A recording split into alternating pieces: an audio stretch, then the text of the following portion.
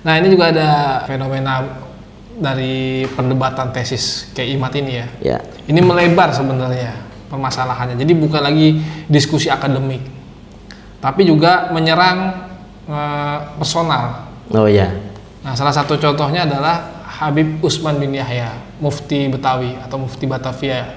Nah, beliau kan dikaitkan sebagai orangnya antek Belanda, misalnya gitu, orangnya Belanda, ya kan? Karena beliau dekat dengan Ratu Wilhelmina, Snokhungroje, gitu kan? Iya. Dan Habib Utsman ini itu membuat fatwa waktu itu kan, salah satunya kan yang menolak pemberontakan petani Banten. Di mana waktu itu kita tahu banyak kiai-kiai di Banten itu melakukan pemberontakan terhadap Belanda. Nah, tapi Habib Utsman itu justru menolak itu. Dan dianggapnya tidak nasionalis dan dianggapnya Mbak Alwi ini sebagai antek Belanda itu. Jadi gini, Bang Adri, pertama bahwa saya juga mencermati begini. Masalah Habib Utsman bin Yahya itu kemudian kan diseret, nama beliau ini kan diseret sebagai bagian dari bumbu misalnya ya, bumbu perdebatan nasab gitu. Ya kira-kira jelek lah gitu kan ya. Nah, tetapi saya ingin memberikan sebuah apa ya istilahnya itu tawaran untuk mengkaji ulang gitu. Kira-kira gituan ya, perkataan Habib Utsman bin Yahya ini punya dasar dalam syariat atau enggak itu. Nah, ini untuk didiskusikan aja untuk lebih lanjut ya. Karena pertama ya, kita melihat bahwa di zaman Rasulullah ada salah satu seorang sahabat yang dipaksa untuk apa itu mengingkari Islam gitu kan ya, oleh orang-orang kafir Quraisy gitu. Dan kemudian sahabat itu dari lisannya apa itu muncul kata-kata ingkar, tetapi hatinya enggak gitu. Nah, orang seperti apa itu perilaku itu oleh Rasulullah gitu ya, tidak dianggap sebagai kekufuran. Itu yang pertama, dasar ya. Nah, Habib Utsman bin Yahya ini kan hidup pada tahun sekitar 1822 sampai 1913. Itu kan era di mana Belanda sangat powerful ya, powerful dalam segala galanya gitu. Karena tahun 1825 sampai 1830 itu Belanda dengan akhirnya berhasil untuk menumpas perlawanan Pangeran Diponegoro ya. Nah, kalau kita melihat itu kan berapa banyak yang terbunuh kaum muslim ya, pemuka-pemuka kaum muslim yang terbunuh berapa jumlahnya. Nah, setelah itu sudah tidak kuat lagi ada perlawanan, tidak ada perlawanan yang kuat saat itu gitu. Kalau misalkan kita melihat dari kacamata maqasidus syariah, pertama terkait dengan kepentingan untuk menjaga agama.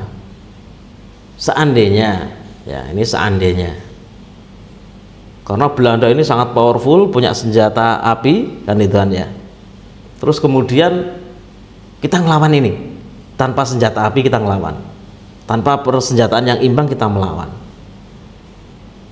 yang kemudian kita semua mati gitu.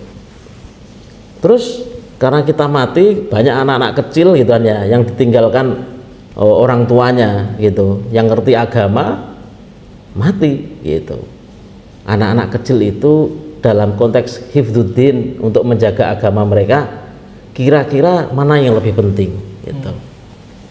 Apakah kematian kita itu lebih mulia gitu, ataukah menjaga agama anak-anak kita itu lebih mulia? Mana ini dipikirkan dalam konteks hifdzuddin gitu. Kemudian dalam konteks hifdzu apa itu hifdzu nafs ya, dalam konteks hifdzu nafs gitu, seperti tadi yang kita apa itu sebutkan bahwa persenjataan itu tidak imbang ya, persenjataan tidak imbang, artinya bawa golok di hadapan senapan gitu kan ya, ya ibarat apa itu apa istilahnya itu, masuk ke lubang mulut singa kan itu. Iya. Karena jauhnya perimbangan itu gitu. Nah, tadi sudah ada contoh gitu ya, salah satu seorang sahabat gitu ya, untuk menyelamatkan jiwanya dipaksa untuk ingkar dari agama Islam gitu. Nah, kemudian dalam konteks hifdzun nasl, seperti juga yang hifdzuddin dan hifdzun nasl dalam satu rangkaian gitu, bahwa kalau misalkan apa itu kita meninggalkan mati karena sudah jelas tidak imbang tadi, maka apa itu potensi kalahnya itu akan lebih besar gitu. Kemudian kita mati gitu ya, dan generasi-generasi kita gitu ya, anak keturunan kita gitu ya, tidak ada yang mengajarkannya agama. Mana yang lebih penting? Tadi ada hifdzud, pertas tidak-tidaknya ada kaitannya ini dengan 3 dari 5 konstitusi syariah ya. Artinya cuma beda strategi aja ya. Ya, hifdzuddin, hifdzun nafs dan hifdzun nasl. Berbeda strategi berarti ya antara Habib Utsman. Pilihan ya. Ya, pilihan. Ketika dihadapkan dalam situasi yang tidak imbang seperti ini, mana kira-kira yang lebih mendekati kepentingan syariat? Syariat kira-kira bagaimana gitu. Nah, ini sebenarnya juga kaitan bisa disambungkan dengan pilihan apa itu, misalkan pilihan Palestina, rakyat Palestina sekarang gitu ya. Dan kondisi kita itu lebih buruk daripada Palestina karena kita sama sekali tidak punya akses senjata waktu itu gitu. Nah, kalau Palestina masih mereka punya akses senjata, dikit-dikit punya lah untuk ngimbangi senjata yang lebih canggih gitu. Nah, kita waktu itu jauh sekali dari namanya kemampuan perang, dari mengenal senjata api gitu. Kira-kira gimana? Monggo didiskusikan lebih lanjut supaya diskusi itu selalu hangat gitu Bung Andri ya. Jangan sampai diskusi terus marah-marah gitu kan ya, nggak sepakat marah-marah, nggak sepakat menggalang kekuatan, itu bukan tradisi kita lah ya kayak gitu. Oke, Cak Khalid, terima kasih, sangat adem ya. Nah, jadi saya pikir Cak Khalid akan melakukan penyerangan salah satu, ternyata lebih memilih jalan tengah gitu. Terima kasih. Oke, Bung Andri. Semoga bermanfaat sahabat-sahabat. Jangan lupa like, share, comment, and subscribe channel Dialektik TV. Sebarkan video ini ke seluruh media sosial Anda. Terima kasih. Wassalamualaikum warahmatullahi wabarakatuh. Waalaikumsalam warahmatullahi wabarakatuh.